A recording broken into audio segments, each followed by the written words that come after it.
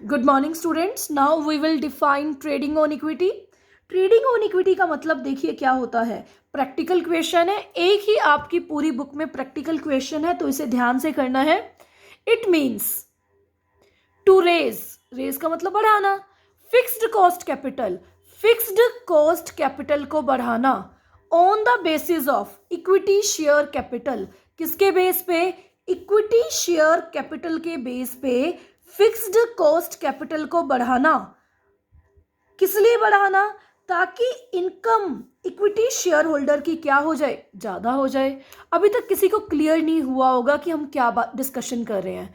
नाम से क्लियर है, ट्रेडिंग ऑन इक्विटी, कि इक्विटी को बेस मान के, इक्विटी तो है ही है, इक्विटी को बेस मान के बिजनेस में fixed cost capital, fixed cost capital का मतलब प्रेफरेंस और डिबेंचर को बढ़ाना, इंक्रीज करना, इसे बोलते हैं ट्रेडिंग ऑन इक्विटी। और फायदा पता है किसको होगा? इनको।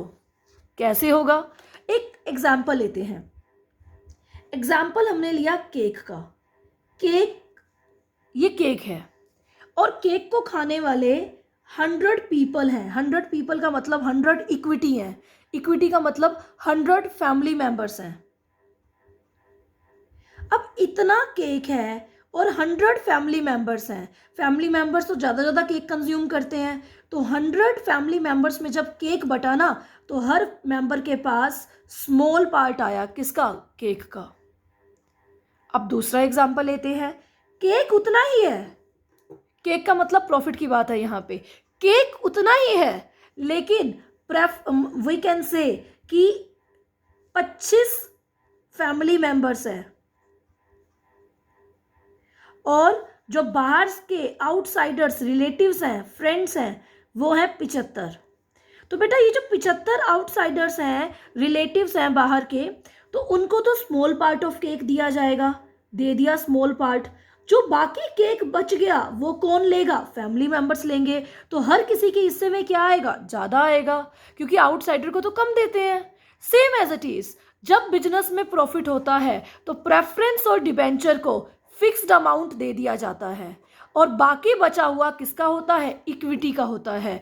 तभी तो इक्विटी शेयर होल्डर चाहते हैं कि उनकी स्ट्रेंथ ना बढ़े, क्योंकि अगर उनकी स्ट्रेंथ बढ़ी तो खाने वाले बहुत सारे हो जाएंगे, इक्वल इक्वल इक्वल, और प्रॉफिट बिजनेस में उतना ही है। प्रॉफिट उतना है, ये साइड में हो गए इतने सारे लोग। अब जो बचा वो कम इक्विटी शेयर होल्डर्स अगर होंगे तो प्रॉफिट कमाएंगे। तो ये होता है trading on equity. It means to raise fixed cost capital. Fixed cost capital का मतलब प्रेफरेंस और डिबेंचर को बढ़ाना। किसके बेस पे? इक्विटी के बेस पे, ताकि बिजनेस में इक्विटी शेयर होल्डर की इनकम क्या हो जाए? इंक्रीज हो जाए। अभी भी समझ नहीं आया? कोई बात नहीं, हम इसको करेंगे एग्जाम्पल से, एक सम से सॉल्व करेंगे इसको हम। देखो, सबसे पहले इस सम को बोलते हैं ईबीआईटी। ईबीआईटी का मतलब होता है profit, earning before interest and tax. EPS, earning per share holder, share holder की इनकम। इसका एनालिसिस कि बिजनेस में कितना प्रॉफिट हो, कितनी इनकम मिलेगी, कैसे फायदा होगा। EBIT EPS analysis. सबसे पहले मैं क्वेश्चन बना रही हूँ कि हमारी कंपनी है, हमारे पास दो कंपनीज हैं, X and Y. X company ने सिर्फ इक्विटी शेयर इशू किए हैं, क्योंकि इक्विटी शेयर तो इशू करना कंपलसरी होता है। इस कंपनी ने, एक्स कंपनी ने 1 लाख रुपए के इक्विटी शेयर इशू किए हैं। 10 का शेयर है यानी 10 लाख रुपए के। वाई कंपनी ने 40,000 शेयर्स इशू किए हैं। 10 का ईच है, कितना हो गया? 40,000। सॉरी, 40,000 मल्टीपल 10 कितना हो गया? 4 लाख।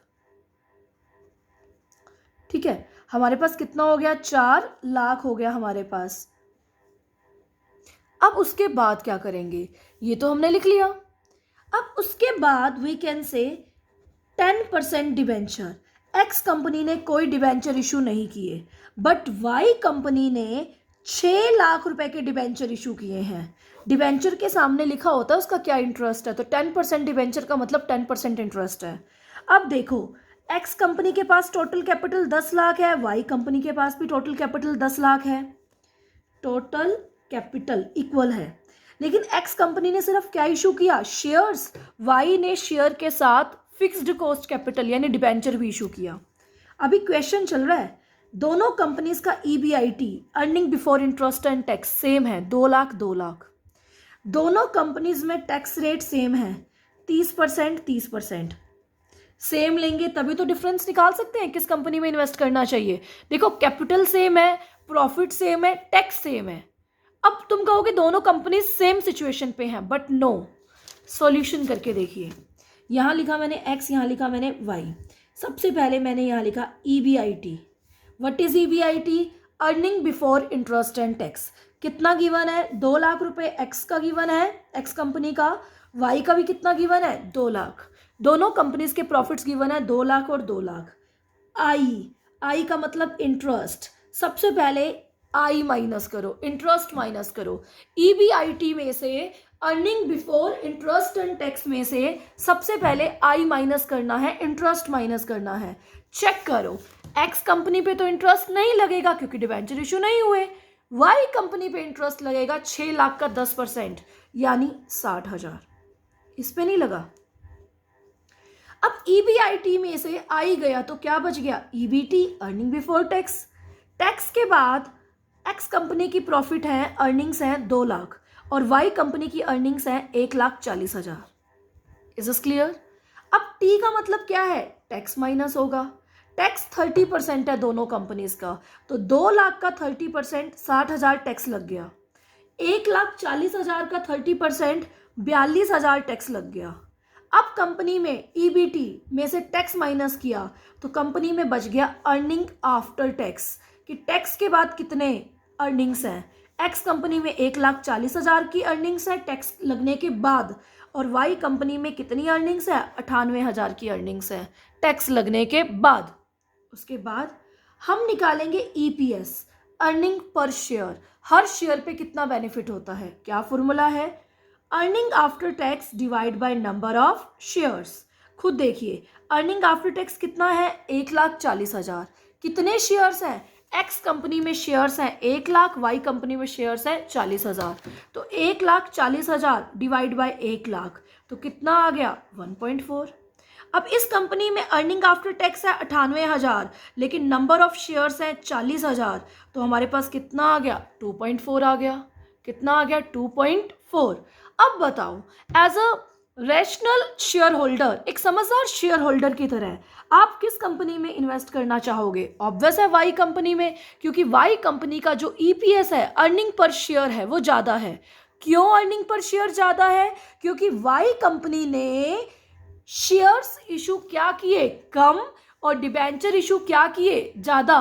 डिबेंचर वाले तो साइड में हो गए इनकम लेके, बाकी बचा हुआ इन शेयर होल्डर्स को मिला जो कम है। और इस कंपनी ने गलती क्या की? सारे के सारे शेयर्स इशू कर दिए। तो this is called trading on equity. Equity के साथ फिक्स्ड कॉस्ट कैपिटल इशू करना। अगर इक्विटी के साथ फिक्स्ड कॉस्ट कैपिटल इशू की जाए तो कंपनी में ईपीएस, अर्निंग पर शेयर ज़्यादा आता है, यानी इक्विटी शेयर होल्डर की इनकम क्या होती है? ज़्यादा। और जो कंपनी सिर्फ इक्विटी इशू करती है उस कंपनी में ईपीएस कम आता है, उस कंपनी में इक्विटी शेयर होल्डर्स को इनकम क्या मिलती है? कम। लेकिन एक्सेप्शन भी है। ये जो ट्रेडिंग ऑन इक्विटी है ना, नो डाउट बहुत अच्छी चीज़ है, लेकिन उन कंपनीज के लिए जिन कंपनीज में अर्निंग्स अच्छी हों, जिन कंपनीज में हाई अर्निंग्स हों, जिन कंपनीज में प्रॉफिट्स ज़्यादा हों, जिन कंपनीज में एसेट्स ज़्यादा हों, जिन कंपनीज में लाइबिलिटीज़ कम हो, उन कंपनीज के लिए तो अच्छी बात है। लेकिन ट्रेडिंग ऑन इक्विटी की एक्सेप्शन है। ट्रेडिंग ऑन इक्विटी सुटेबल नहीं है जिन कंपनीज में अर्निंग्स क्या हो? कम हो। जैसे मैं एक एग्जांपल ले रही हूँ, इस कंपनी में सिर्फ मैंने अर्निंग चेंज किए हैं, दोनों कंपनीज की अर्निंग है 80,000 ईबीआईटी, बाकी सारी स्टेटमेंट सेम है। पहले बताइए, यहां तक समझ आ गया कि ट्रेडिंग ऑन इक्विटी बेनिफिशियल होता है? कैसे बेनिफिशियल होता है?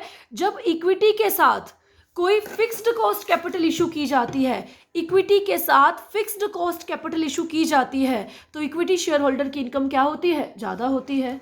अब करते हैं, ट्रेडिंग ऑन इक्विटी बेनिफिशियल नहीं है जब प्रॉफिट्स कम हो, अर्निंग्स कम हो।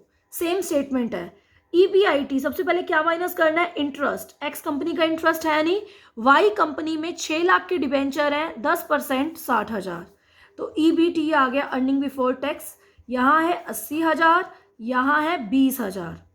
उसके बाद क्या माइनस करेंगे, टैक्स। टैक्स कितना था, 30%। 80,000 का 30% 24,000, 20,000 का 30% 6,000, तो हमारे पास आ गया EAT अर्निंग आफ्टर टैक्स, कितना आ गया 56,000, यहाँ पे आ गया 14,000। उसके बाद हमें चाहिए EPS, कैसे निकलता है, earning after tax divide by number of shares. तो बेटा 56,000 अर्निंग आफ्टर टैक्स है, नंबर ऑफ शेयर्स 1 लाख है, तो EPS कितना आया, अर्निंग पर शेयर, हर शेयर पे कितना बेनिफिट आया, 0.56। इधर देखते हैं 14,000 EAT है, इस कंपनी में शेयर्स है 40,000, डिवाइड किया तो इस कंपनी में EPS कितना आया, 0.36। अब ट्रेडिंग ऑन इक्विटी बेनिफिशियल नहीं हुआ ना, तो ट्रेडिंग ऑन इक्विटी बेनिफिशियल होता है जब कंपनी में प्रॉफिट्स क्या होते हैं, ज़्यादा होते हैं, एसेट्स क्या होती हैं, ज़्यादा होती हैं, लाइबिलिटीज़ क्या होती हैं, कम होती हैं, तभी तो सुटेबिलिटी गिवन है। जब कंपनी में हाई अर्निंग्स हो, रेगुलर अर्निंग्स हो, जब कंपनी में अर्निंग्स बहुत हायर हो, कंपनी के पास सफिशिएंट फिक्स्ड एसेट हो, तभी ट्रेडिंग ऑन इक्विटी बेनिफिशियल है, otherwise trading on equity beneficial नहीं है। Trading on equity I hope so clear हो गया होगा। इक्विटी के साथ क्या इशू करना, फिक्स्ड कॉस्ट कैपिटल इशू करना, सो दैट बेनिफिट किसको मिले, इक्विटी शेयर होल्डर्स को मिले। This is called trading on equity. अब नेक्स्ट टॉपिक है जो आपके एग्जाम में आ सकता है, फैक्टर्स अफेक्टिंग कैपिटल स्ट्रक्चर। तो मैं आपको एक चीज़ क्लियर कर दूं, ये जो कैपिटल स्ट्रक्चर मैंने आपको डेफिनेशन बताई थी लास्ट लेक्चर में, उसका मतलब क्या है, सोर्सेस या percentage of sources of long term capital. Long term capital के सोर्सेस की परसेंटेज को हम क्या बोलते हैं, कैपिटल स्ट्रक्चर।